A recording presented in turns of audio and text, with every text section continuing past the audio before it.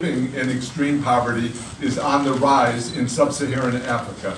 By 2030, nearly 9 in 10 extremely poor people will be Africans, and half of the world's poor will be living in fragile and conflict-affected settings. This calls for urgent action by countries themselves and by the global community.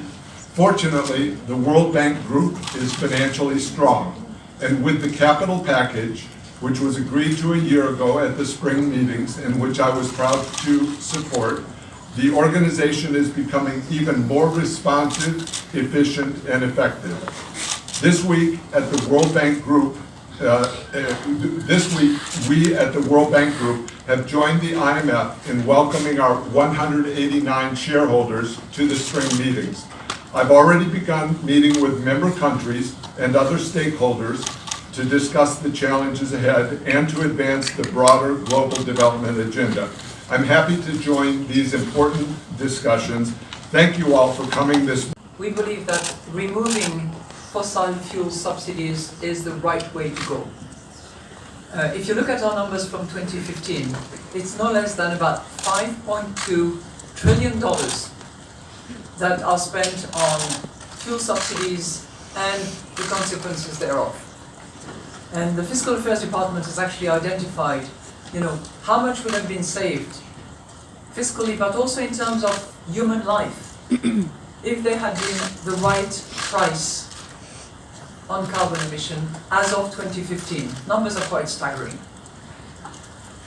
If that was to happen, then there would be more public spending available to build hospitals, to build roads, to build schools, and to support education and health for the people.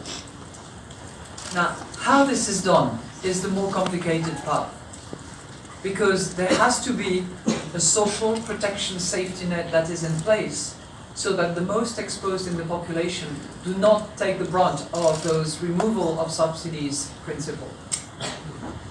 So that's the position we take. I would add as a footnote, as far as Nigeria is concerned, that with the low revenue mobilization that exists in the country, in terms of tax to GDP, Nigeria is amongst the lowest. A real effort has to be done in order to maintain a good public finance situation for the country, and in order to direct investment towards health, education, and infrastructure. Thank you, Madam Mayor.